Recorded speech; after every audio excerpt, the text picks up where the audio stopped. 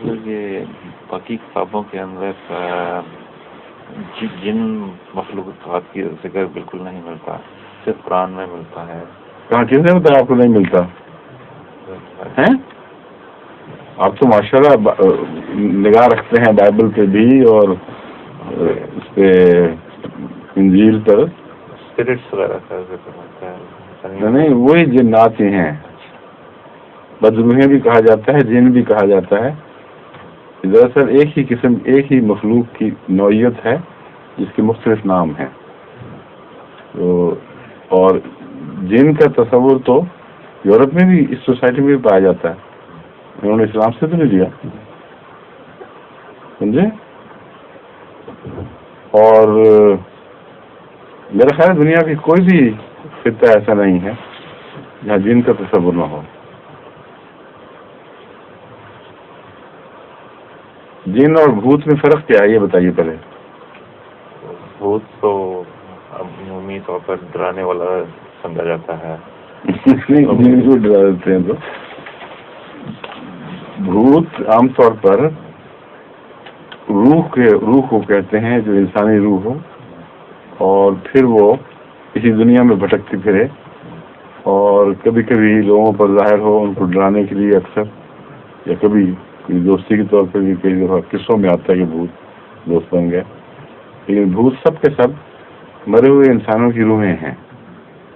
اور جن ویسی ہی مخلوق ہے لیکن اپنی ذات میں الگ ہے، کسی مرے ہوئے کی روح نہیں ہے. یہ جن کا ایک تصور ہے. اور قرآن کریم نے جن کے جتنے بھی لغت کے لحاظ سے پہلو ممکن ہیں ان غالباً ان سب کے متعلق جہاں تک میری نظر پڑتی ہے جن کے لفظ کو استعمال کر لیا ہے. مجھے کوئی معلوم نہیں لغت کا معنی جس کا ذکر قرآن میں نہ ہو. یعنی اس پہلو سے لغت دیکھ کر ایک ایک کر کے تو میں نے تلاش نہیں کیا، لیکن بسرسری طور پر میں نظر دوڑا کر یہ کہہ سکتا ہوں کہ لغت کے جتنے معنی ہیں جن کے تعلق میں وہ تمام کسی نہ کسی موقع پر قرآن کریم نے جن کے حوالے سے بیان فرما دیے ہیں. اب اگر ایک معنی ایسی مخلوق کا ہے جو نظر نہیں آتی اور کچھ انسان کے ساتھ کہیں کہیں جھلکیوں کے ذریعے رابطہ کر لیتی ہے، تو قرآن کریم میں وہ کس جگہ ذکر ہے اس مخصوص مخلوق کا یہ میں نہیں جانتا.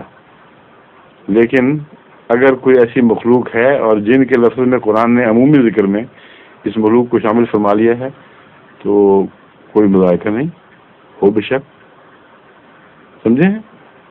لیکن جب میں کہتا ہوں کہ سب کا ذکر ہے تو اس پہلو سے جو میں بیان کر رہا ہوں، اس پہلو سے استنباط کے طور پر کہا جا سکتا ہے کہ یہ بھی ایک مخلوق ہے. مثلا شیطان کو جن کہا گیا ہے، تو شیطان کن صورتوں میں جن ہے یہ قابل بحث بات ہے. جن کے معنی میں جو آگ سے پیدا ہونا ہے، اس کا ناری صفات ہونا ہے، ان لحاظ سے شیطان ہے اور اس کا ذکر ہے. تو آیا شیطان کی قسم کی کوئی اور بھی مخلوق جو اپنی ذات میں ایک الگ انفرادیت رکھتی ہو اور دوڑی پھرتی ہو وہ موجود ہے یا نہیں، یہ بحث میں اب اٹھا رہا ہوں. یعنی عمومی ذکر تو قرآن میں ہے، استنباط کے طور پر آپ نکال سکتے ہیں، لیکن شیطان کے حوالے سے فرمایا گیا ہے کانا من الجن، ابلیس ہے ہاں انور رب، تو وہ جنوں میں سے تھا. اب اس کا مطلب یہ ہے کہ ایک تو معنی یہ لیا جا سکتا ہے کہ جن چونکہ مزاج ہے، آپسی مزاج قرآن کریم میں قرار دیا گیا ہے، آگ سے پیدا کیا گیا، شیطان نے خود اقرار کیا کہ مجھے تو نے آگ سے پیدا کیا، تو ان معنوں کے لحاظ سے اس کو جن کہا گیا ہے. اور استنباط کے طور پر جیسا کہ میں نے بیان کیا تھا یہ بھی کہا جا سکتا ہے کہ شیطان اگر ایک غیر مرئی مخلوق جو اپنے آپ کو کبھی تمثل کے طور پر ظاہر کر دیتی ہے اور واقعتاً کوئی بے ارادہ شرارت پھیلانے والی روح ہے، تو اس سے ملتی جلتی اور روحیں ہوں تو ہمیں کیا اعتراض ہے. اگر اس کو تسلیم کر لیا ایک آزاد روح تو پھر ایک اور آزاد روح بھی ہو سکتی ہے. سمجھ گئے؟